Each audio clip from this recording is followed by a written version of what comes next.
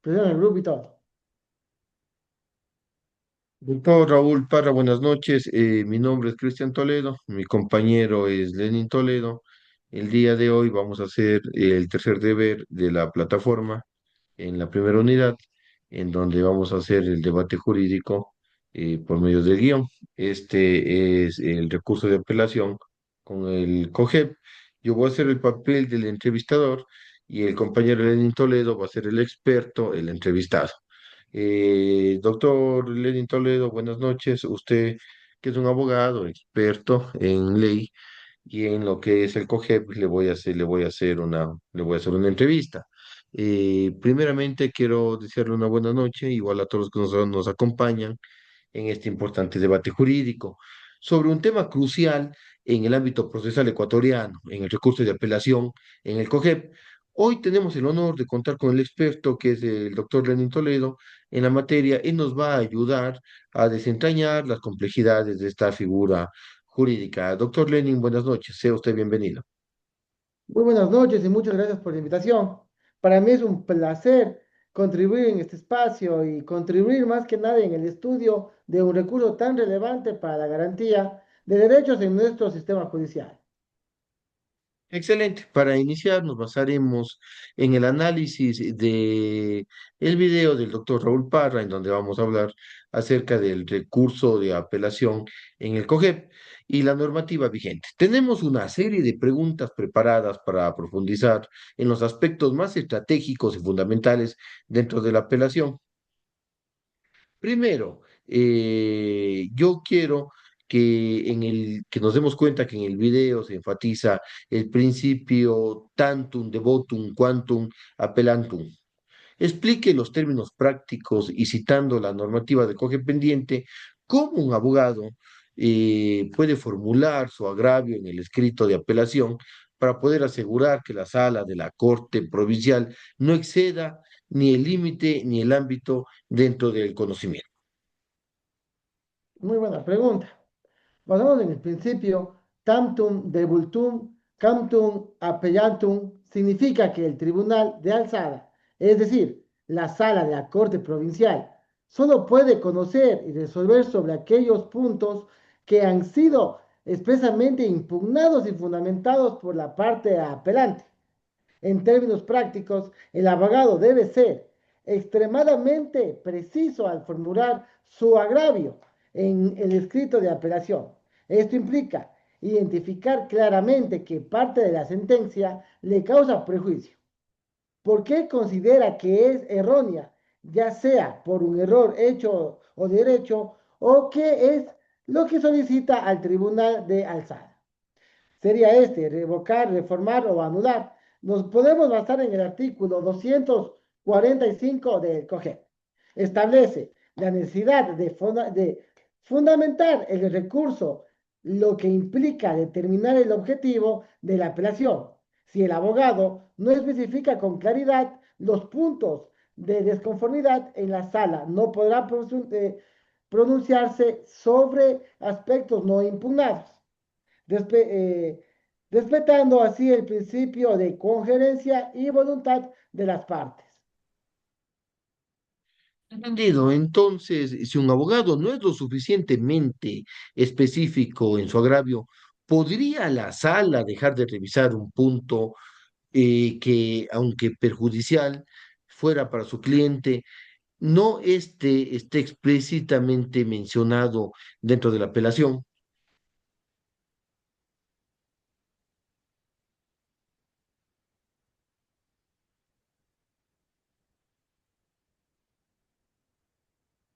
La La distinción doctrina es procesal. fundamental.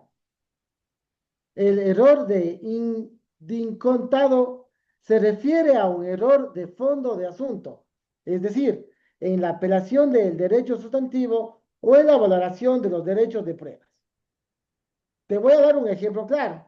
Si en el caso de daños morales, Ana versus Carlos, el juez de primera instancia aplicó incorrectamente las normas sobre responsabilidad civil o valoró de forma errónea las pruebas presentadas, llegó a una conclusión injusta sobre la inasistencia del daño o cuantía de indemnización.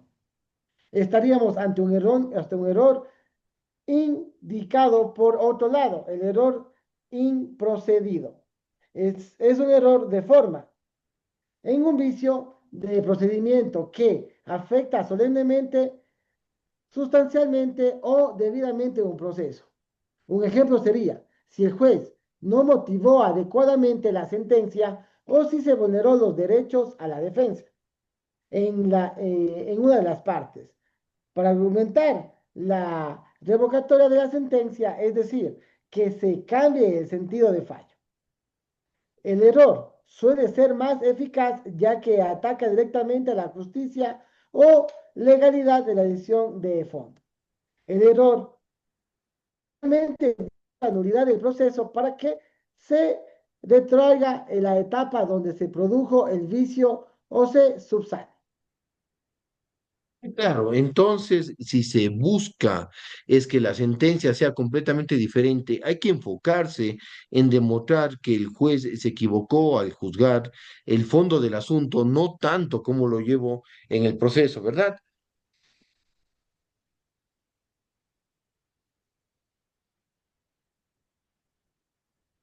La interposición de la apelación es clave. En el video menciona que la apelación debe estar fundamentada.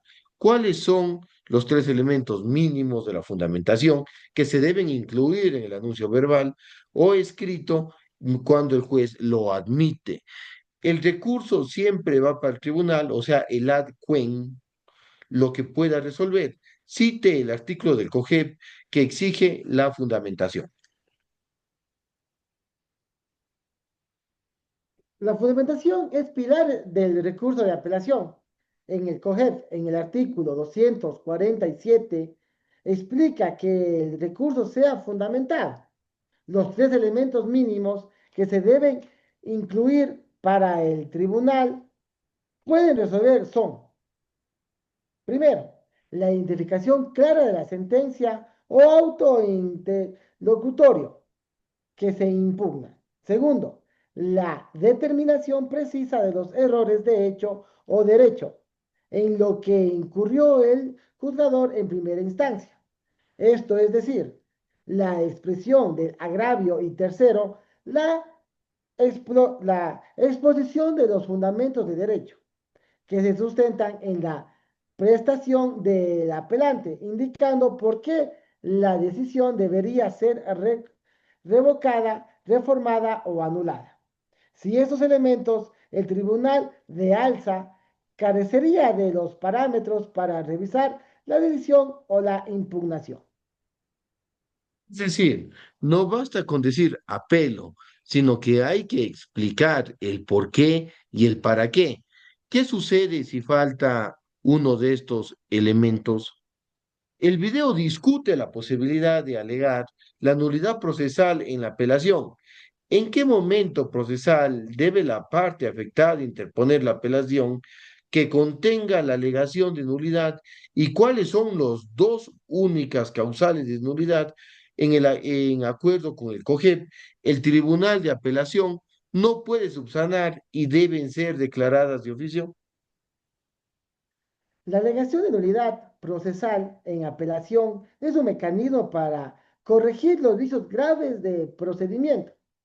La parte afectada debe imponer la apelación que contenga la alegación de nulidad en el momento procesal oportuno, que es al fundamentar el recurso de apelación.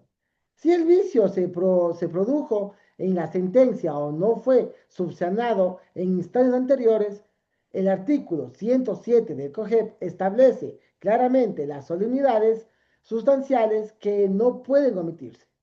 De acuerdo con este artículo, las dos únicas causales de nulidad en el Tribunal de Apelación no pueden subsanar y deben ser declaradas en oficio.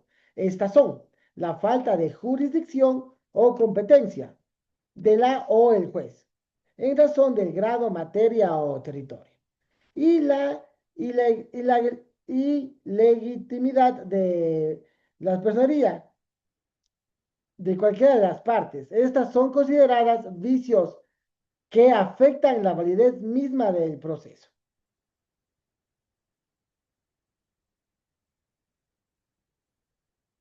No escucho. Perdón, le decía, estimado doctor, interesante. Entonces, si el vicio es, por ejemplo, una falta de citación, el tribunal de alzada podría subsanarlo o también sería una nulidad insubsanable. Ujú. Respecto a la prueba, en la segunda instancia, en el artículo 258 del COGEP, establece condiciones estrictas para la prueba nueva. ¿Qué entiende por hechos nuevos? ¿Cuáles son las dos condiciones que permiten excepcionalmente adjuntar prueba documental que la parte que la parte conocía en primera instancia, según lo discutido en el video? La incorporación de las pruebas nueva en segunda instancia es excepcional por hechos nuevos. Se entiende aquellos sucesos que ocurren después de la audiencia de juicio de primera instancia o que, habiendo exhibido antes, no pudieron ser conocidos o presentados por parte en la etapa procesal oportuna. Por causas ajenas a su voluntad, en el artículo 258 del COGEP es muy claro al respecto.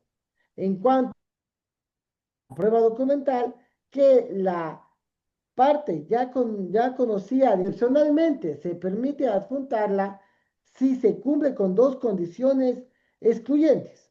Primero, que no se haya podido obtener por causas ajenas a la voluntad de la parte y primera instancia. Y segundo, que sea indispensable para el esclarecimiento de los hechos y la resolución del caso.